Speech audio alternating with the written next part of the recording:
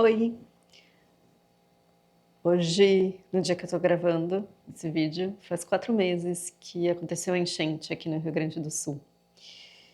E eu tava conversando hoje com o Marcelo, com meu marido, e da gente sair aqui, fazer um vídeo da cidade. E aí a gente ficou conversando sobre isso, até para mostrar esses 4 meses de como tá, né, o que andou, o que não andou.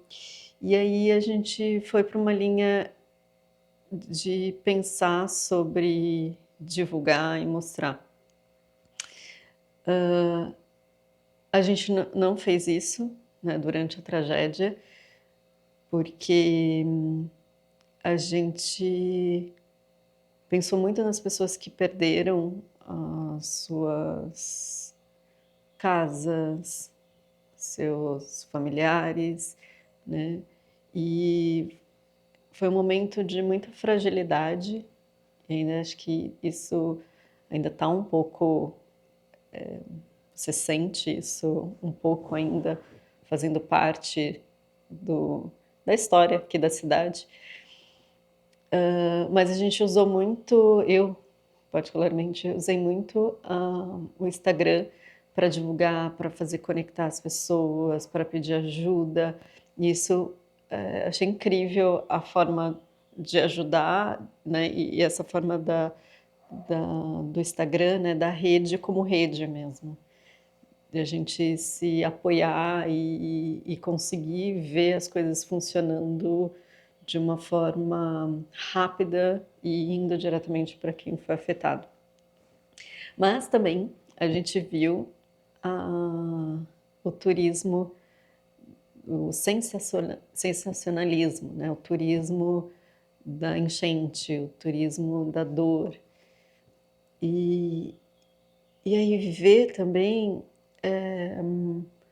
achei interessante de pensar que talvez aquelas pessoas estivessem filmando, gravando para ter memória sobre isso, para deixar guardado de lembrança, fiquei pensando.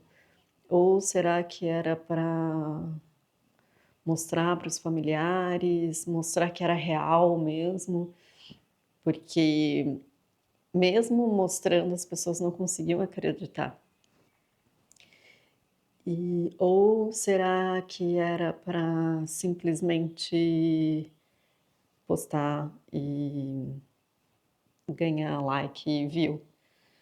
A gente não sabe a motivação, né, de cada um, mas a gente sabe da nossa.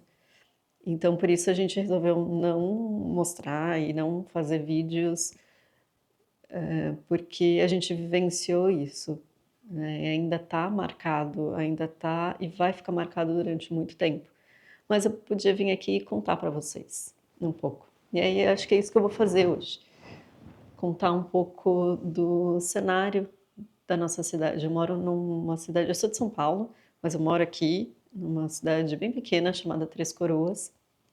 Ela tem um templo e lá em cima, no alto, eu moro na cidade aqui embaixo. E por causa do templo que eu vim para cá, e já estou aqui, a gente já está aqui há 2 anos. A cidade, ela é uma cidade no Vale do Paranhana, então tem um rio muito bonito. Mais para cima, né, desse rio, que ela é uma cidade que tem Gramado, tá aqui, né? Então ela desce um pouquinho, Três Coroas está aqui. Então é a primeira cidade antes de chegar em Gramado. E aí esse rio um pouco mais para cima dele, ele é onde o pessoal faz rafting. Então tem muita competição. E uma das coisas interessantes é que teria uma competição na semana que teve enchente. Então tinha muita gente de vários lugares do país, que o pessoal do rafting, e esse pessoal desceu para ajudar. Então muitas pessoas foram resgatadas pelo pessoal de São Paulo, do rafting de São Paulo e de vários outros lugares, que eles ajudaram, desceram e ajudaram os bombeiros que estavam muito sobrecarregados, né? 85% da cidade ficou submersa, então imagina o tamanho disso.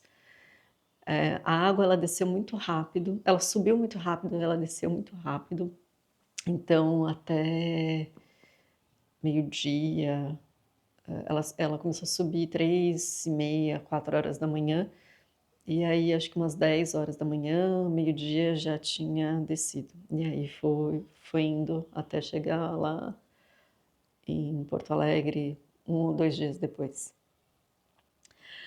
Mas isso é um cenário que eu acho que vocês já devem saber, né, já devem ter visto muito no noticiário, mas o que ficou, né, o que ficou foi uma vontade muito forte de recomeçar, das coisas recomeçarem rapidamente. Eu acho que veio muito forte foi a pandemia, então medo de: "Será que a gente vai ficar preso, né, não conseguir fazer as coisas?". Então, as pessoas queriam e precisavam se movimentar. Até porque quando surge um trauma muito grande, é importante você se movimentar, até para o corpo conseguir assimilar, né. É natural a gente ficar travado. Mas e também porque a normalidade, então entrar numa normalidade, voltar para o trabalho e fazer as coisas, vai dando uma noção de normalidade. Então você também vai tentando curar aquilo que aquele cenário caótico. E eu vi muitas pessoas tentando, de alguma forma, voltar para a normalidade. É óbvio que o cenário, foi muito mais rápido do que que eu imaginava, no sentido de uma pandemia, mas está longe de estar tudo ok, né. A gente mesmo, a gente trabalha com turismo e a gente está sendo bem afetado. Mas, a gente também consegue ver que as pessoas e a gente precisa disso, né, sentir a rotina, sentir que tá tudo ok, tudo voltando ao normal. Mas a natureza e o ambiente, ele mostra ainda o a fragilidade de que não está tudo bem, que não está tudo normal. O rio, ele tinha uma vegetação muito linda, né, na na na na base, né, na lateral do rio. E isso foi arrancado, dá para ver o tamanho da violência que foi. E ontem eu estava falando com uma amiga, e aí eu falei para ela: "A margem do rio agora é só lixo". E eu falei 2 vezes isso para 2 pessoas, e o Marcelo hoje ele falou para mim: "Me senti muito incomodado que você usou a palavra lixo para falar que ao redor do rio tá assim". Porque não é lixo, não foi as pessoas, isso as pessoas não jogaram de uma forma deliberadamente, e não foi algo que as pessoas não queriam mais e se desfizeram disso. Não, era parte da vida das pessoas, era o esforço das pessoas, era a história das pessoas. Que óbvio, você passa ali parece lixo, mas é um é a violência de um momento ali sendo exposto. E achei bem interessante ele falar assim, né, me alertar dessa forma, porque realmente, da gente lembrar de que as histórias das pessoas foram arrancadas literalmente, foram jogadas e estão expostas ali no rio. E aí por isso a gente decidiu não filmar isso, não registrar, até por uma forma, sensacionalista, talvez, que seria, porque só a imagem, só mostrar para vocês, não vai fazer com que aquilo se organize novamente. Eu posso contar uma história através das palavras, né, e não só de imagem. Também é interessante lembrar que aqui é uma cidade que tem um foco na natureza, nas montanhas, cachoeira e principalmente no rio. E as pessoas estão fazendo um esforço imenso de voltar e já tiveram 2 trabalhos voluntários de recuperação dessa margem, de limpeza dessa margem dos rios, mas é um trabalho que vai demorar, exige tempo e paciência para que a gente, consiga de novo fazer com que essa cidade respire novamente o verde, a natureza.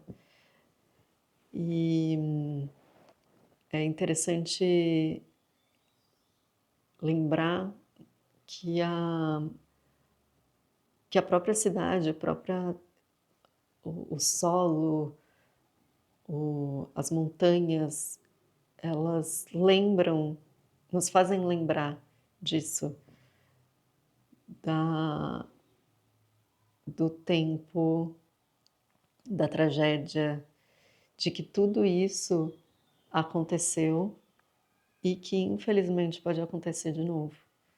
Não foi um acaso. Ela está ali, mostrando pra gente. Só que o quanto também disso é prioridade na nossa pauta, né. Eu mesma, foi muito difícil escutar que isso pode acontecer de novo, ou que vai acontecer de novo. A gente fica muito assustado de passar por isso e pensar que isso, não foi um acaso, mas que talvez a gente esteja entrando num ciclo de que a gente plantou, né, um descuido muito profundo e agora a gente está colhendo esse esses frutos, né, do descuido com o meio ambiente. Então, eu vindo de São Paulo, é muito interessante ver isso, assim, de fazer essa esse paralelo. Eu cresci perto do rio Tietê, um rio poluído, e agora vir morar numa cidade que tem um rio limpo e que é uma um dos principais cartões postais da cidade, agora também fazendo com que a cidade inteira, através desse marco, né, que foi o rio, ele transborda e faz com que a cidade inteira sofra por isso. E óbvio, né, isso não tem nada a ver com a questão do rio mesmo, não foi uma calamidade, não foi uma coisa pontual, mas porque tudo gerou isso? Onde tem as nossas os nossos as nossas questões, da onde a gente fez até chegar a isso, ou também através da onde foi negligenciado também, questões que poderiam ter sido vistas e cuidadas para não chegar aonde esse rio chegou. Eu não tenho, conhecimento e expertise nessa área, mas eu sei que é muito duro passar por momentos tão desafiadores dentro de uma cidade pequena, com poucos recursos, e e aí a gente vê que que as questões elas estão sendo tratadas, é uma cidade pequena, mas volta também ao ciclo que a gente sempre vê, né, um ciclo de que algumas coisas são mais rápidas, outras menos prioritárias, enfim. Acho que a questão é que fica é que a resiliência é muito importante, questões e pautas ligadas a questões climáticas, meio ambiente, vai ser cada vez mais natural e mais frequente. Infelizmente, essa não foi uma questão isolada, nem vai ser a última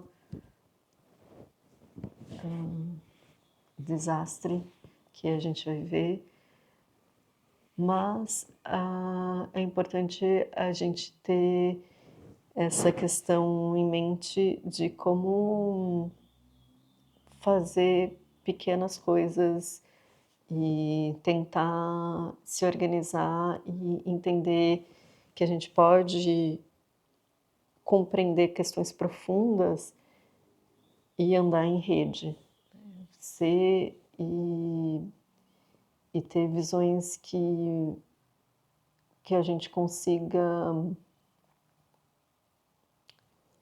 se conectar com pessoas que tenham visões parecidas com a sua e com isso ir caminhando em trabalho de formiguinha mesmo, né. Aqui eu sinto que ainda como esses 4 meses ainda está bem fragilizado e é uma questão bem como se as pessoas quisessem esquecer um pouco para fingir que nada aconteceu e seguir em frente. Então, hoje quase não se fala mais sobre isso, né, não se tem pautas específicas para ver como questões de moradia, bairros que foram extremamente afetados, então o que que vai ser. Eu não sei, eu não tenho propriedade também para falar, mas o Marcelo ele é arquiteto urbanista e eu já vi ele bem preocupado com essas questões. E são questões super importantes, mas a gente vê assim como Estado mesmo. Eu sinto que agora parece que não se fala em questões para a gente seguir, né? Seguir porque foi tão traumático. Acho que seria importante a gente ter isso em mente, e não só aqui no Rio Grande do Sul, mas em todos os lugares, porque a gente tem desafios diários para lidar e quando a gente pega questões tão complexas que fogem da nossa capacidade de resolução, é óbvio que eu gostaria de resolver, eu gostaria de ver se tá tudo, se as pessoas que estão sem casa estão em alguma casa, ou aqueles bairros que foram afetados, vão construir nesses bairros. Eu gostaria de saber também. E aí eu me sinto frustrada por não fazer parte disso. Mas o que eu consigo pensar é que a gente pode ir resolvendo pequenas coisas, pequenos insights que vão fazer com que você ganhe mais, mais condições de se fortalecer e aí vai, de repente, expandindo. Essas questões de fazer um trabalho voluntário para a limpeza do rio, acho que já vai ajudando também a conseguir fazer essa integração melhor com a cidade, né? Sentir que você faz parte da cidade. Acho que isso é interessante, porque aí a partir do momento que você se sente fazendo parte, aquilo é essencial para você. Então você vai dar um outro valor, né? Uma noção de prioridade é maior. Mas também confesso que é uma situação ainda bem delicada. Tô longe ainda de conseguir fazer muitas coisas e ainda falar sobre isso é uma questão que ainda está um pouco, não tenho uma clareza para falar sobre isso, porque é difícil ainda sair e ver muita destruição. Muito diferente do que estava, mas tem destruição. E também é interessante porque lugares que a gente costumava ir, que eram lugares lindos para ver o pôr do sol, hoje a gente vai, tá destruído, a gente vê destruição. A margem do rio, os lugares, muita coisa está sendo feita para para para tirar um pouco esse aspecto de destruído. Então, óbvio, você vê muita retroescavadeira e vários equipamentos trabalhando nesse sentido, mas é lento, o processo é lento. E é isso. A questão ela é lenta, mas enquanto o processo externo ainda a gente consegue ver, né, o, consegue nos lembrar que algo muito violento aconteceu, é importante, eu acho importante listar e entender coisas que podem ser feitas e ter a dimensão que não foi apenas um evento isolado, mas entender a complexidade que é essa questão das mudanças climáticas, meio ambiente, enfim. E questões da água. A água é uma questão muito interessante e, e a gente vai ouvir muito falar sobre isso, ainda mais vivendo numa cidade que tem muita água. Mas enfim, é um vídeo aí que eu não tentei contar um pouco para vocês, mas talvez trouxe um pouquinho mais de uma frustração por não contar algo tão tanta novidade, mas apenas um pouco de estagnação e ainda a paciência de saber que o processo é lento, bem lento, e que demora mesmo, e a destruição vai ficar ainda fazendo parte desse processo durante um tempo. Não se acomodar, eu acho que isso é importante também, não se acomodar com a destruição, mas entender que ela faz parte, né, infelizmente, do nosso dia a dia, mas como que eu posso usar isso para entender e saber mais, e estudar mais sobre todos esses fatores que levaram para uma violenta catástrofe, né? O que poderia ter sido evitado, quais esses pontos que são tão importantes e são perguntas chaves para a gente conseguir entender essa tragédia em várias dimensões. Eu gosto muito, eu tenho esse perfil de estudar e querer saber mais sempre quando uma coisa acontece e ainda mais numa uma magnitude tão forte, tão violenta como essa.